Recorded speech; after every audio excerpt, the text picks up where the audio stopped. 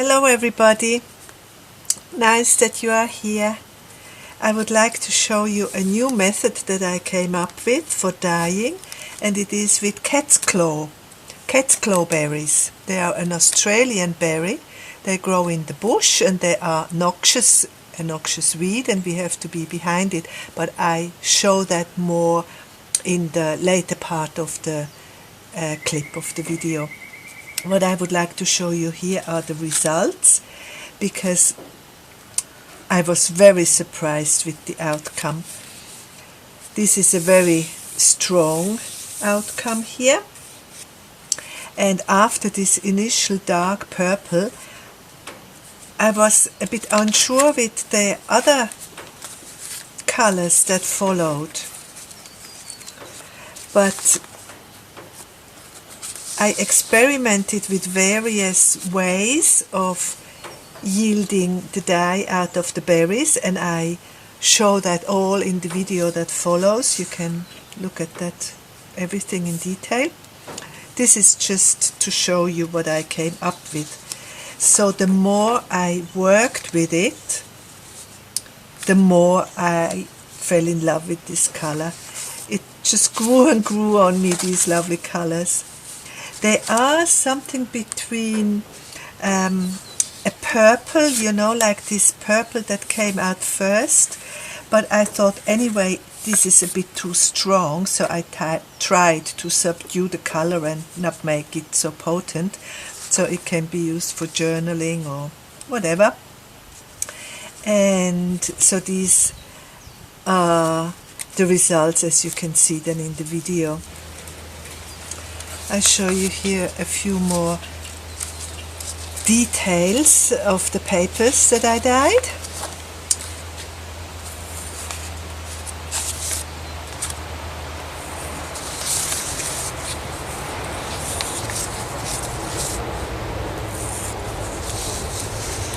I have recorded all various steps in the video, how I came about the cat's claw dyeing and the various processes I've done, different steps, different yields of treating the berries differently.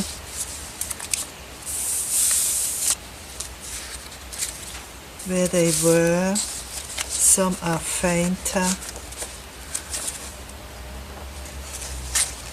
but just so delicate, the hues.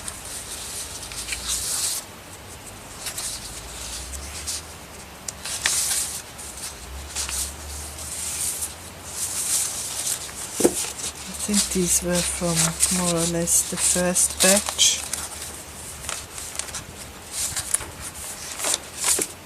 This was on the very top. I don't know how this happened. I get to know the procedure with this dyeing a bit better the more I experimented, and sometimes I'm just surprised what things come out. So these were the first few batches, and then different methods, but more or less the same outcome. These are probably a bit darker in the mauve color, in the bluish, more blue in there. If you compare it with the original strong one. And then I did various papers. Oh, they all came out just so gorgeous. Different colored papers. These were like more yellowish, beige type of paper, like this one. The envelopes that I totally oh no. And this last one, but I think my plastic doily had a different color on it, although here on the end it hasn't touched it, and yet it turned out brownish. This is how it goes with these. So back to the color, they are more like a grayish purple going into mauve. Now I think mauve might be an accurate description of the color. I just think it's very, very beautiful, and I would like to show you in comparison. You might pick up the color better.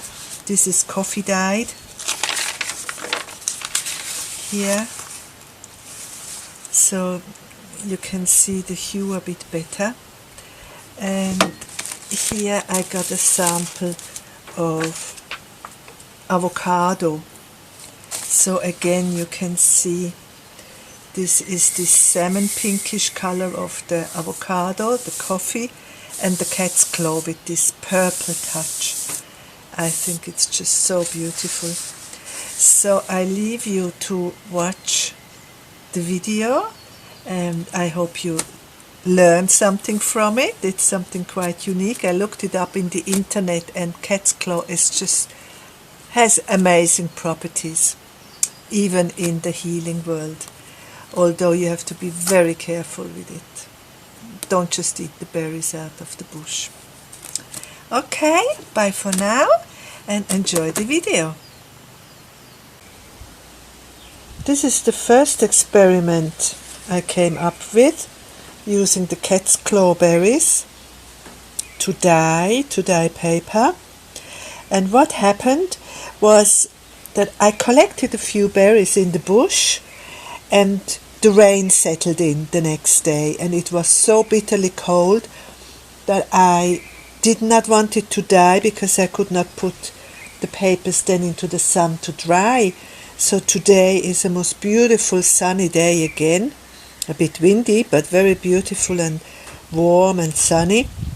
So I went into the bush again.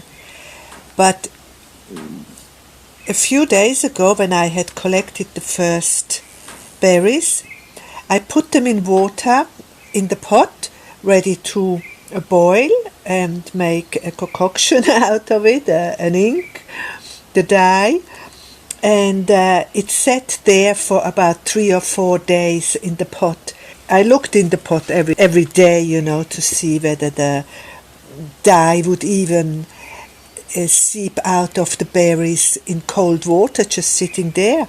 And lo and behold, it was getting darker and darker, the water.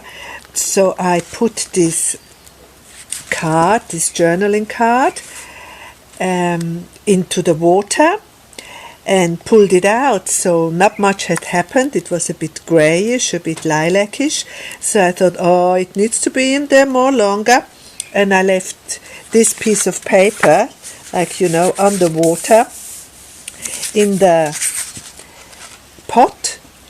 And then when I pulled it out this morning, it was a surprise. So I thought it's the day to go into the bush and collect more berries, which I did. I got a beautiful yield again. I show that to you later. Don't know if you can see them here. Very hidden are a few cat's claw berries. And here is another cluster. Cat's claw is a Australian plant of the bush. It is a noxious weed, and we have to be behind it because it takes over.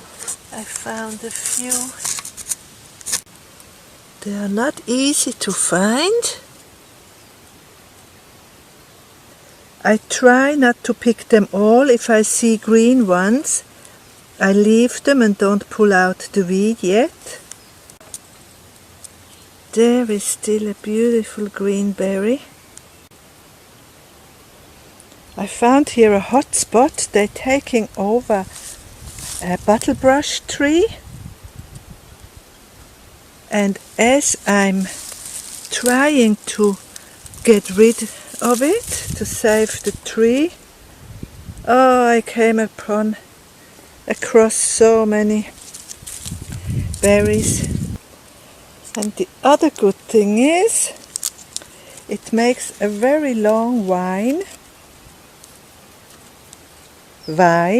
It makes a very long vine, and when you dry it, especially when they get a bit thicker towards the ground,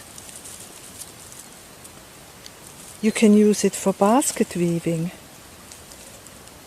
Beautiful berries. There's another beautiful purple blossoming, flowering, making seeds, blooming native tree, but this is not a noxious, this is a cultivated beautiful tree. The funny thing is, in Australia most things bloom in winter. Like my garden is full with those beautiful berries and blossoms and colored leaves.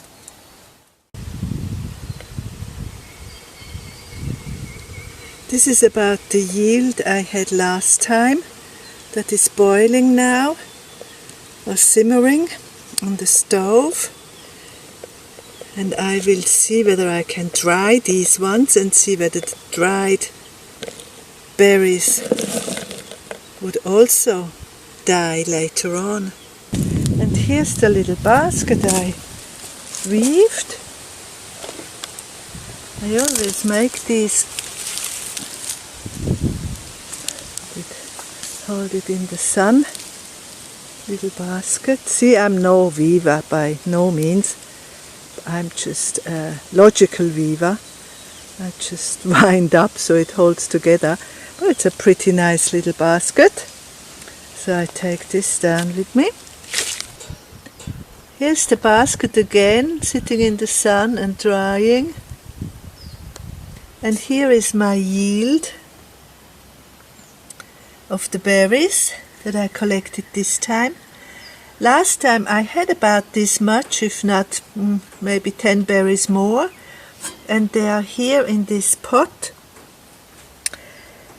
I just boiled it and simmered it for about half an hour, 45 minutes, and it's just looking really potent, and interestingly enough, it smells really good. It smells like blossom, sweet blossom and honey. This is now the quantity that I got from that pot. It's a fairly big jar, and this is what is left over. You can see a bit the color better of what it makes. And since this berry picking of cat's claw berries is a once a year event only, because they only produce berries once a year, obviously towards the winter, and I will add a little bit more water to this and let it soak longer to see whether I get more, because these berries look very, very potent. So I would like to get as much dye out of it as I can to have a bit of a stock. And with the new berries, I'm not quite sure yet whether I shall make some more dye, or whether I should, maybe I make half-half and dry the other half, and see whether when the berries are dried, if a few months later I would like to make a dye, whether it will work, whether the dried berries will also give this lovely dye. Good day again. So this is about five days after I made that last batch, and I showed you how I was dyeing these pages so they have dried. I have ironed them. I had them between books, so they come out with a lovely finish, just like the copying paper had started. I have various batches here. Like mainly I noticed they did not come out as strong as the initial experiment. As you might remember, I had this just overnight in the bath, where the berries had soaked in cold water for about 4 or 5 days, and it yielded this dark color. So because it was so strong, I thought I can do with less amount of soaking, and then I put them out in the sun, and they did not come, of course they came out a shade lighter, but I miss a bit of that purplish, like this batch got a lot of purple in it. These are more that greyish lilac, with a touch of that hue. It's still very nice paper. They came out quite lovely with that hue, and here even a bit of brown. That might be because my plastic covering had still previous dye on it. But we definitely see here the purplish lilac, beautiful hues and shades here, and the pattern from the plastic doily. Beautiful colors came up, some lighter, some darker. This was on top and I had metal on top of it. So today I'm doing a new batch, and what I've done different is I only soaked the berries, because it seems without boiling or cooking, just the soaking the berries in water gives such a strong dye with that soaked in it overnight. So I thought I won't boil it. This is just the juice from the berries that was sitting for 4 days in the water, and I put it in the tray. I will show you soon, and I'm just leaving them sit in the bath for maybe 4 or 5 hours and see whether I get them stronger in the color. After the last batch did not work out so very good. Like, see how this ink, this bath, this dyeing bath has so beautiful color. But after I cooked it and I did the dyeing, it just came out like grey. So I made another batch of the berries, and this time I filled like this type of a jar, and this much of it I filled in this tray, and I'm gonna soak some papers here for a few hours, and hopefully that will make this lovely color that it's promising to be. And also that little batch that I had tried was much more purple. So I'm gonna layer a few papers in here, and then I show you what happens in a few hours. So they're sitting now here in this bath for maybe half an hour, and I'm just gonna gently move the water around so they are all covered. Gonna get my gloves on again, or with a stick I will poke them down, and then we shall come back later. It is now about 3 hours later, and the initial pink reddish color, like cherries or something, has totally disappeared, and it has turned into quite a dark grey purple bath. And I took out some envelopes here, and you can see the paper has quite picked up the purple as the skin of the cat's claw berries, and it looks very promising at this stage. So I'm gonna take them out of the bath and just dry them for now. Here are again some more results. Oh, the sun's just coming out. These were the ones that had the long bath, the 3-hour bath.